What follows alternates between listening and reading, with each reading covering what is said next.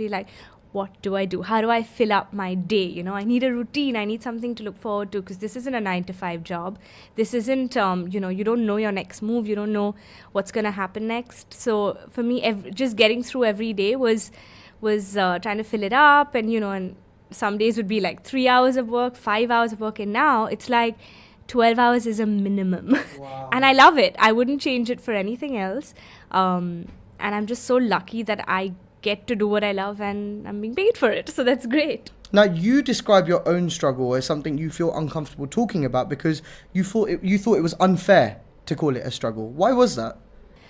I think today with social media and people constantly, everyone knows everything about you.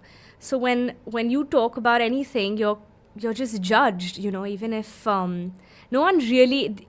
Also, social media is something you only see a part of who you really are. No one sees the layers and the depths beneath that person.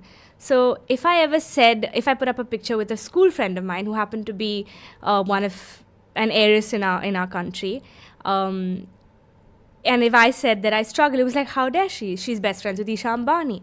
I'm like, but so what? I am not her. Like that has nothing to do with my work life. That has nothing to do with what I go through on a daily basis. But that's fine. I'm okay. I'm not complaining, because like I told you earlier before we started this interview, if it wasn't for that struggle or for those failures, I won't be the person I am today.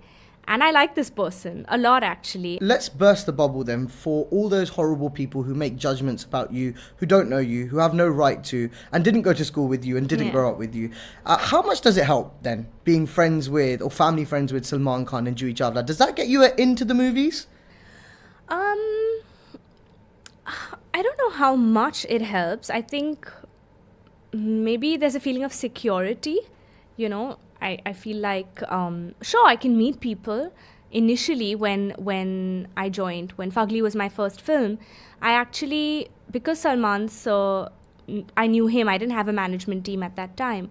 But because I knew him, I got the chance to meet a particular agency who was also handling his work. I got to meet certain producers and directors, but that didn't translate into my next couple of films. So in terms of work, I'm sure, like you said, it can open the doors, but I don't think that can get you a film. I don't even think being a star kid can really get you, your next film, because it is a business at the end of the day. Like today, fortunately, touch wood, I've got exciting work that I'm doing. I'm doing 2 films where I play the protagonist and helm those films, and they're both female-oriented films, and it is a little bit of pressure, because I understand that I have to deliver, because here are people who've invested so much and believed in me to play out this character, so I want to live up to it. What are the most common misconceptions that people have about Kiara Advani and her journey into stardom that you'd like to just pop that little bubble right there?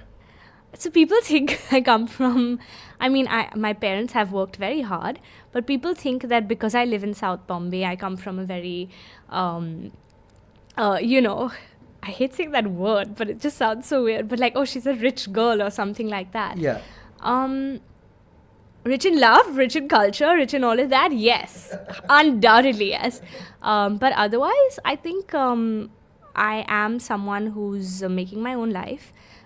Yes, I'm not paying rent. But that's also because my parents don't want me to move out of the house. Or otherwise, like I said, I would love to live in my own home someday. So those are goals. Those are part of my, my wish list of things and bucket list that I want to do. But I'm someone who's working really hard to check off all those things on that bucket list. The fact that you do live in South Bombay, does that give you a little bit of distance from this bubble? Because it can be consuming, right? Completely. And thankfully now my parents have also stopped asking me they're not from the industry, but like every single person, the entertainment industry is so exciting, and the link up stories and like this movie and that movie, and today, like with social media, everyone's a critic. My parents know about box office, and I'm like, but how does it matter to you?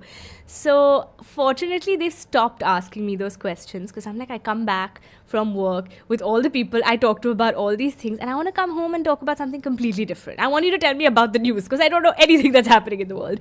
Tell me about things that I don't know, or enrich me with other, parts of life. And now they started doing that. But yeah, I mean, it's just driving back home. For my friends, they don't watch too many Bollywood movies. They watch mine because they're very loyal. They watch a few of the big ones, and then I mean, everything's then on Netflix or digital. So for them, they're not as starstruck. Bombay is not as starstruck. I've realized that.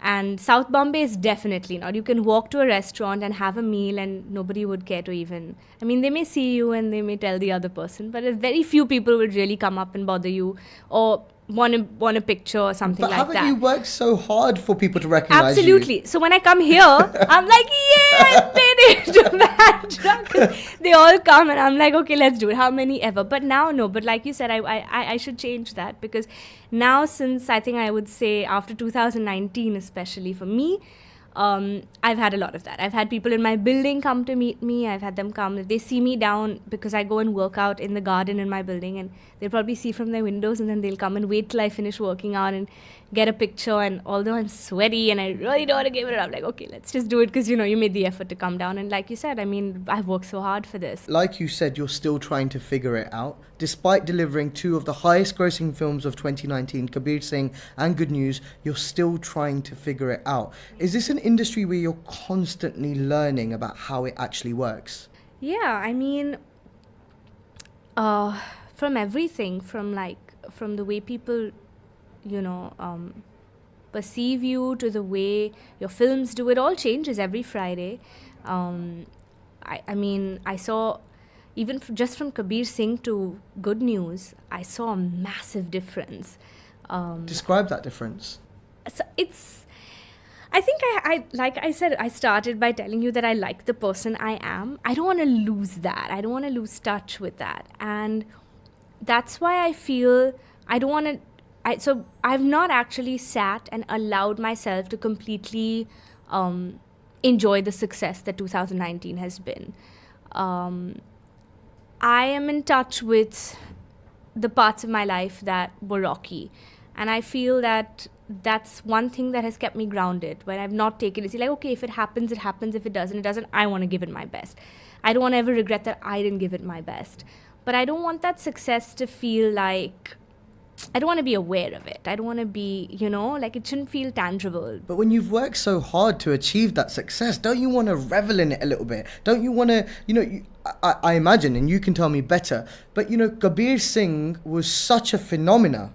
We'll talk about the other issues in a moment, but it was such a phenomena. It was such a rage. It was a consuming movement, not just in this country, but internationally. People went and watched this film again and again and again, and they felt some connection with Preeti's character and Kabir's pain. And when you've touched people in such a way, don't you want to revel in it a little bit?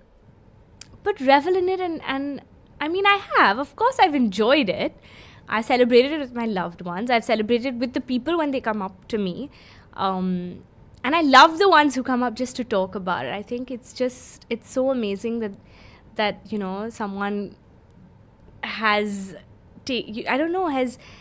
just made that character their own and felt like Preeti is, or Kabir is such an important... I mean, it's just been a character that I've loved so much and all that.